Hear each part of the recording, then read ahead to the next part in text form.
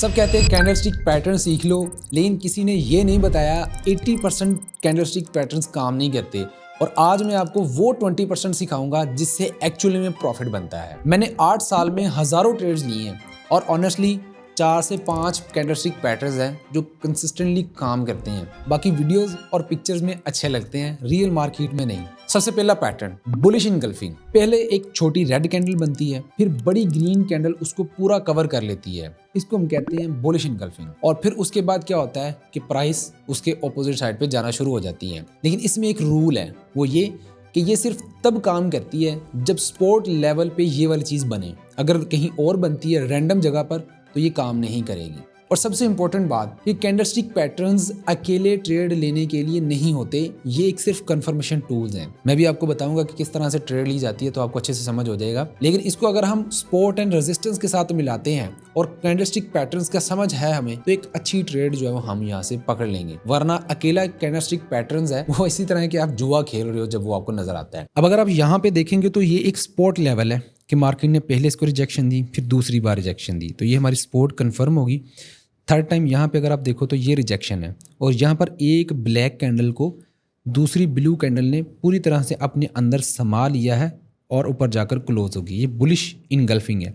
अब जब ये होता है तो उसके बाद आप यहाँ पे अगर बाय लेते हैं और अपना स्टॉप लॉस इस रेजिस्टेंस सपोर्ट एरिया से नीचे रखते हैं तो यहाँ पे अगर आप देखो तो कितना प्रॉफिट आपको मिला है। अगर आप 1/2 की भी risk to reward ratio minimum लें तो आपका टीपी जो यहाँ पर हो चुका था।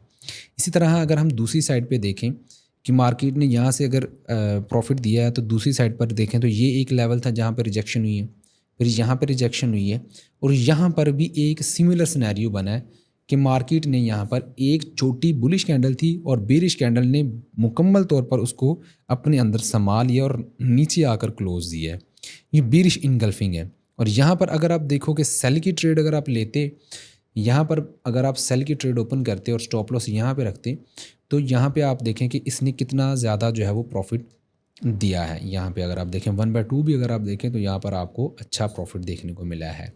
तो बुलिश इनगल्फिंग और बेरिश इनगल्फिंग इस तरह से काम करते हैं। Pattern number 2, hammer. हैमर छोटी बॉडी ऊपर की तरफ होती है और नीचे एक लंबी विक होती है। मतलब कि यहाँ पर सेलर्स ने मार्केट को नीचे ले जाने की कोशिश की है लेकिन बायर्स ज़्यादा स्ट्रॉन्ग थे और मार्केट ऊपर आ गई। और ये चीज़ तब बने कि मार्केट पहले डाउनवर्ड आ रही हो, यानी कि एक पीछे उसके बैकग्राउंड जो है वो डाउनवर्ड आ रहा हो, पहले बेरिश कैंडल्स बनी हो और बॉटम पे ये चीज़ अगर आपको नजर आती है और ये एक स्ट्रॉन्ग रिवर्सल सिग्नल है। पीछे अगर पुरानी जगह पे कोई सपोर्ट रही है और वहां पर ये चीज़ बनता है तो ये एक बहुत ही ज़्यादा स्ट्रॉन्ग सिग्नल बन जाता है। अब एक सीक्रेट भी बताता हूँ, जो प्रोफेशनल ट्रेडर्स होते हैं वो सिर्फ कैंडल्स नहीं देखते, वो देखते हैं कैंडल्स के पीछे की स्टोरी, यानी कि वॉल्यूम, कि उस कैंडल्स के अंदर कितना वॉल्यूम जनरेट हुआ है। और इनगल्फिंग कैंडल्स पे अगर हाई वॉल्यूम बनता है तो वो एक स्ट्रॉन्ग सिग्नल होता है और अगर लो वॉल्यूम बनता है तो वो एक फेक सिग्नल होता है। तो इस चीज़ को भी अपनी गौर से स्टडी कर लेना है। और अगर आप ये चीज़ समझ लेते हो तो आप लोग 90% यूट्यूब वाले ट्रेडर से आगे निकल जाओगे। लास्ट पे पिन बार कैंडलस्टिक पैटर्न। एक लॉन्ग विक होती है एक साइड पे और दूसरी साइड पर एक छोटी सी बॉडी होती है। इसको हम कहते हैं ये एक रिजेक्शन सिग्नल है।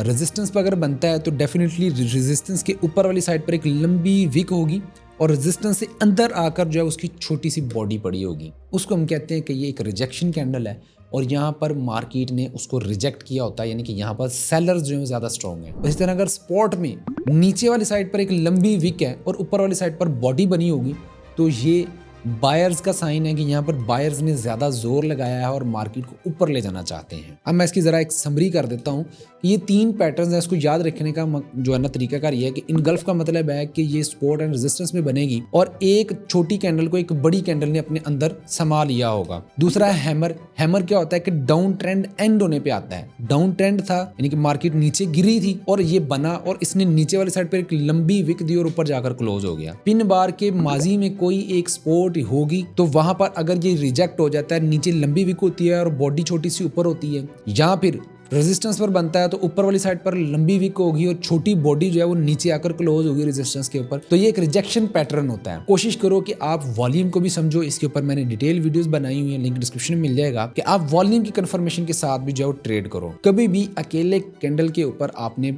इन्हसार नहीं करना। पर अगर ये आप 3 पैटर्न्स को मास्टर कर लेते हो, प्रॉपर समझ लेते हो और इसको आप लाइव मार्केट के अंदर कम से कम कोई 20 ट्रेड लेकर भी टेस्ट कर लेते हो कि सपोर्ट और रेजिस्टेंस पर ये पैटर्न जब बने तो आप उसके ऊपर ट्रेड्स ले लोगे, इंशाल्लाह आपको काफी ज्यादा हद तक जो आपकी पहले ट्रेडिंग थी वो इम्प्रूव हो चुकी होगी और आप 90% जो और ट्रेडर्स होते हैं उनसे आगे निकल जाओगे और कंसिस्टेंट प्रॉफिटेबल ट्रेडर भी बन जाओगे। अगर ये वीडियो पसंद है तो लाइक कीजिएगा और चैनल को सब्सक्राइब कीजिएगा।